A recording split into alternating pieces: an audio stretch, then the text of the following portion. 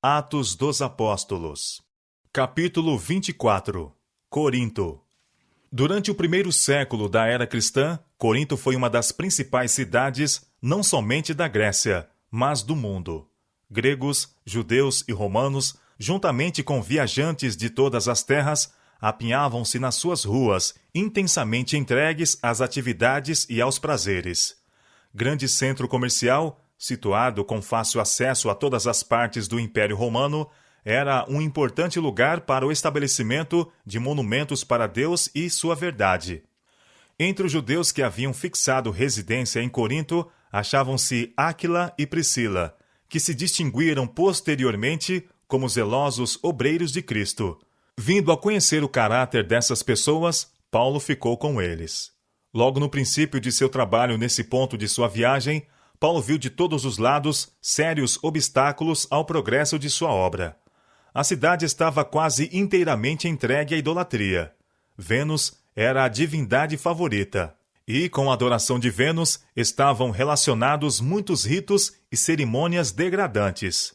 Os coríntios tinham se tornado notáveis, mesmo entre os pagãos, por sua grosseira imoralidade.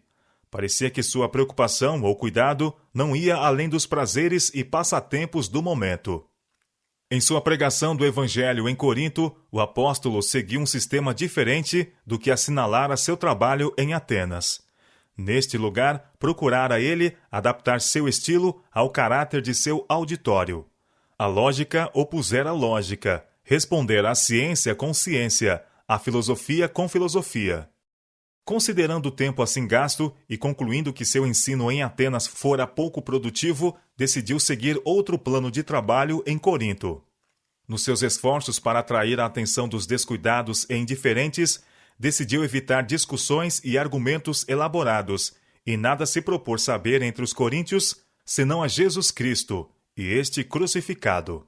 Estava disposto a pregar-lhes não com palavras persuasivas de sabedoria humana, mas em demonstração de espírito e de poder.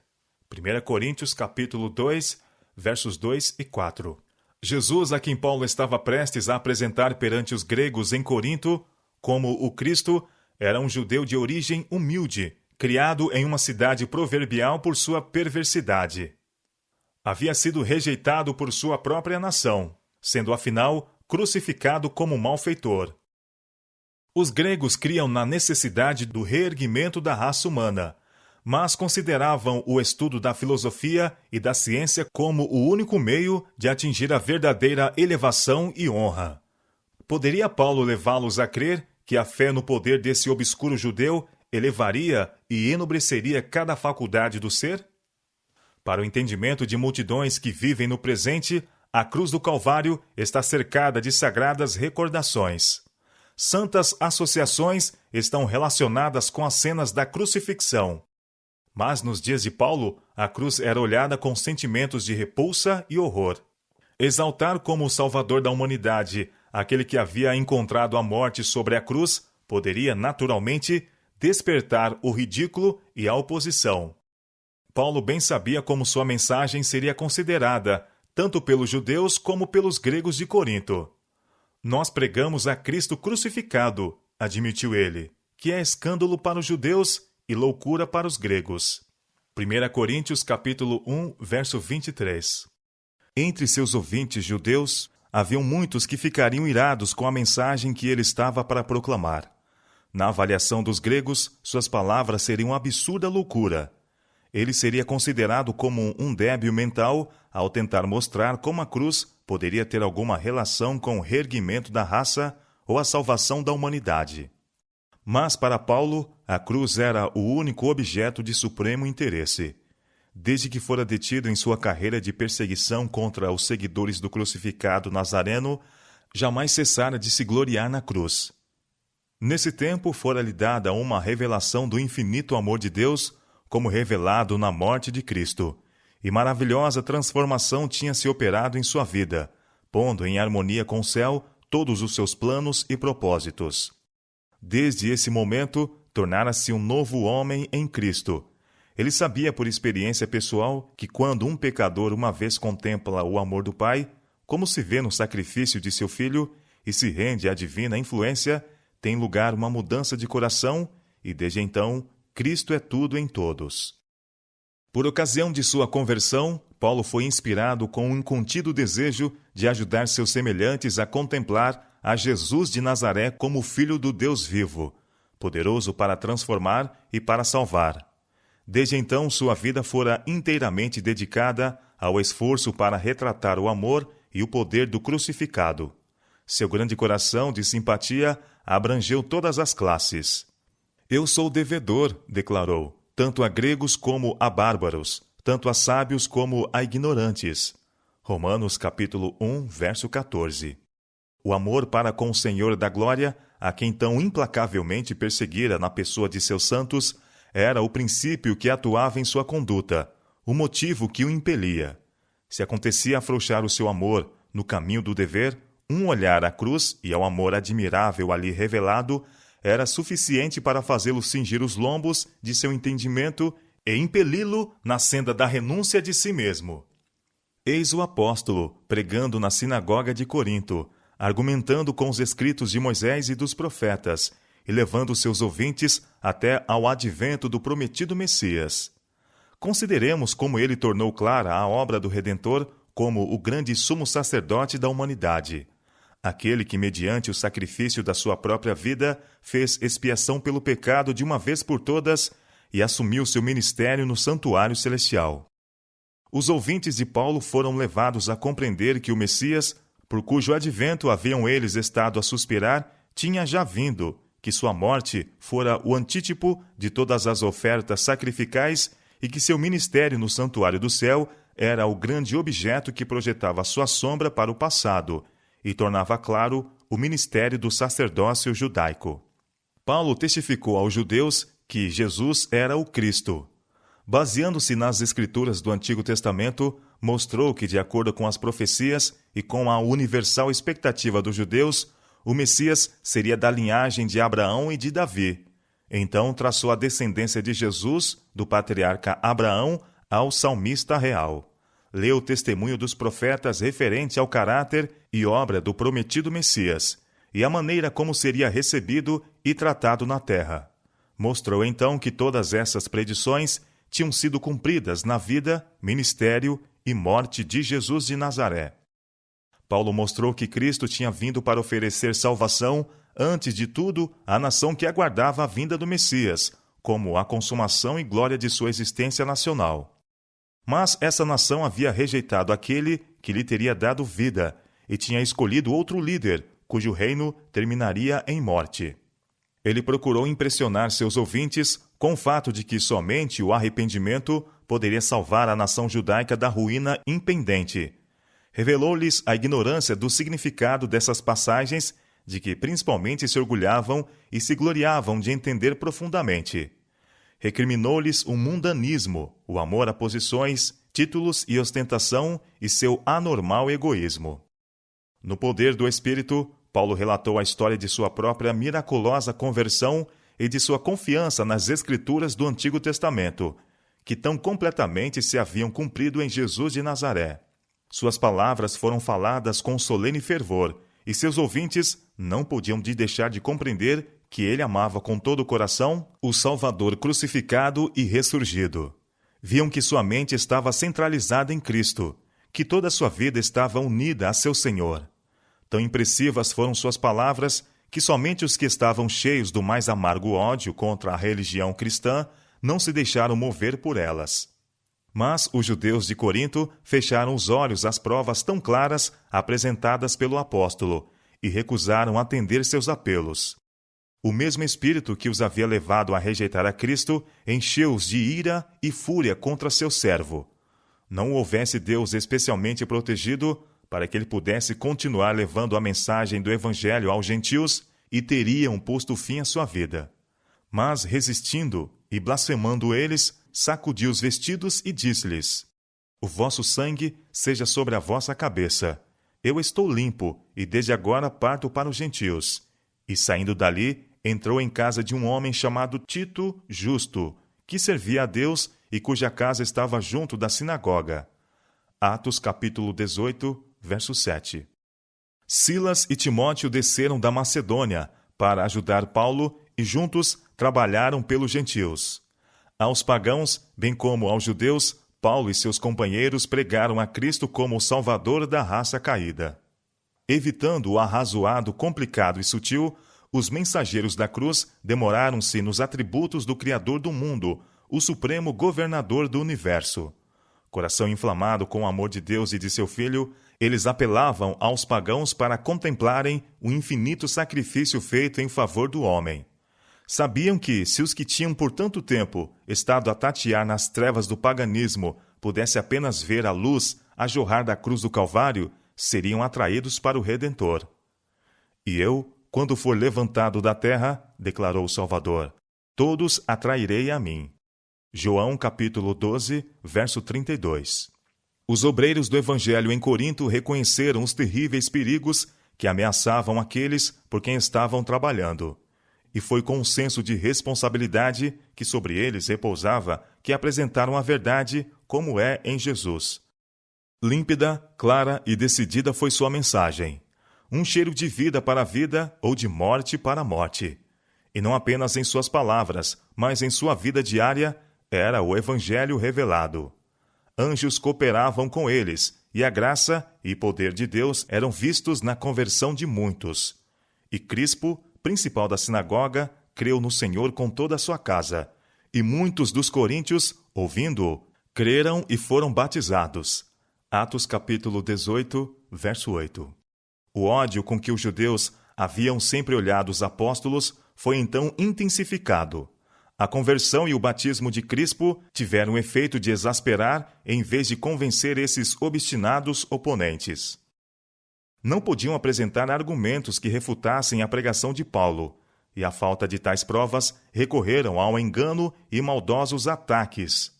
Blasfemaram do Evangelho e do nome de Jesus. Em seu cego ódio, palavra nenhuma era bastante feia, nenhum ardil demasiado vil para não ser por eles usados. Não podiam negar que Cristo havia operado milagres, mas declaravam que ele os realizara pelo poder de Satanás, e ousadamente afirmavam que as maravilhosas obras feitas por Paulo eram por intermédio do mesmo instrumento. Embora Paulo tivesse tido certa medida de êxito em Corinto, a impiedade que viu e ouviu naquela corrupta cidade quase o desanimou. A depravação que testemunhou entre os gentios e o desdém e insultos recebidos dos judeus produziram-lhe grande angústia de espírito. Duvidou da sabedoria de procurar estabelecer uma igreja com o material que ali se encontrava. Como estivesse planejando deixar a cidade para ir a um campo mais promissor e buscasse fervorosamente compreender o seu dever, o Senhor lhe apareceu em visão e disse: Não temas, mas fala, e não te cales, porque eu sou contigo, e ninguém lançará a mão de ti para te fazer mal, pois tenho muito povo nesta cidade. Atos capítulo 18, versos 9 e 10. Paulo compreendeu ser essa uma ordem para permanecer em Corinto e uma garantia de que o Senhor faria germinar a semente lançada. Fortalecido e animado, continuou a trabalhar ali com zelo e perseverança. Os esforços do apóstolo não estavam restringidos à pregação pública. Muitos haviam que não poderiam ser alcançados dessa maneira. Ele gastou muito tempo no trabalho de casa em casa, prevalecendo-se assim das relações familiares do círculo doméstico. Visitava os enfermos e tristes, confortava os aflitos, animava os oprimidos. Em tudo o que dizia e fazia, engrandecia o nome de Jesus. Trabalhava assim em fraqueza e em temor e em grande tremor. 1 Coríntios capítulo 2, verso 3. Ele tremia ao pensamento de que seus ensinos pudessem revelar mais o humano que o divino. Falamos de sabedoria entre os perfeitos, declarou Paulo depois. Não, porém, a sabedoria deste mundo, nem dos príncipes deste mundo, que se aniquilam, mas falamos a sabedoria de Deus, oculta em mistério, a qual Deus ordenou antes dos séculos para nossa glória, o qual nenhum dos príncipes deste mundo conheceu, porque, se a conhecessem, nunca crucificariam ao Senhor da glória. Mas, como está escrito, as coisas que o olho não viu e o ouvido não ouviu e não subiram ao coração do homem são as que Deus preparou para os que o amam. 1 Coríntios capítulo 2, verso 9. Mas Deus nolas revelou pelo seu Espírito, porque o Espírito penetra todas as coisas, ainda as profundezas de Deus. Porque qual dos homens sabia as coisas do homem, senão o Espírito do homem que nele está? Assim também ninguém sabe as coisas de Deus, senão o Espírito de Deus. Mas nós não recebemos o Espírito do mundo, mas o Espírito que provém de Deus, para que pudéssemos conhecer o que nos é dado gratuitamente por Deus, as quais também falamos, não com palavras de sabedoria humana, mas com as que o Espírito Santo ensina, comparando as coisas espirituais com as espirituais. 1 Coríntios capítulo 2, versos 6 a 13. Paulo reconheceu que sua suficiência não estava em si próprio, mas na presença do Espírito Santo, cuja benigna influência enchia-lhe o coração, trazendo cada pensamento em sujeição a Cristo. Ele falava de si como trazendo sempre por toda parte a mortificação do Senhor Jesus, no corpo, para que a vida de Jesus se manifeste também em nossos corpos. 2 Coríntios capítulo 4, verso 10. Nos ensinos do apóstolo, Cristo era a figura central. E vivo, declarou ele, não mais eu, mas Cristo vive em mim. Gálatas capítulo 2, verso 20. O eu fora apagado, Cristo foi revelado e exaltado. Paulo era um orador eloquente. Antes de sua conversão, havia ele muitas vezes procurado impressionar seus ouvintes com rasgos de oratória. Mas agora pusera tudo isto de lado.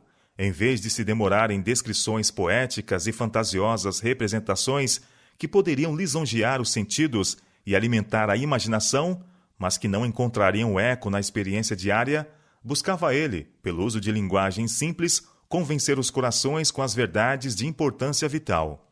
Representações fantasiosas da verdade podem provocar um êxtase dos sentidos, mas não raro, verdades apresentadas desta maneira não suprem o alimento necessário ao fortalecimento e o robustecimento do crente para as batalhas da vida.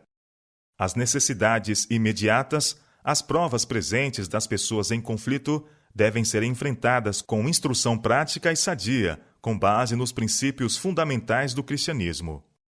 Os esforços de Paulo em Corinto não ficaram sem fruto.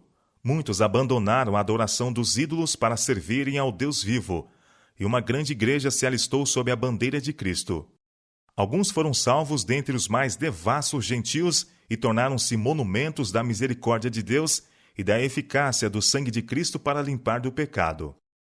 O crescente sucesso que teve Paulo em apresentar a Cristo despertou a mais determinada oposição da parte dos judeus incrédulos. Levantaram-se concordemente contra Paulo e o levaram ao tribunal de Gálio, então procônsul da Acaia. Esperavam que as autoridades, como em ocasiões anteriores, se poriam ao lado deles e, vociferando irados, apresentaram sua acusação contra o apóstolo. Este persuade os homens a servir a Deus contra a lei. Atos capítulo 18, versos 12 e 13. A religião judaica estava sob a proteção do poder romano, e os acusadores de Paulo pensavam que, se pudessem aplicar-lhe a pecha de violador das leis de sua religião, provavelmente ele lhes seria entregue para julgamento e sentença. Assim esperavam conseguir a sua morte. Mas Gálio era um homem de integridade e recusou tornar-se instrumento da inveja e da intriga dos judeus.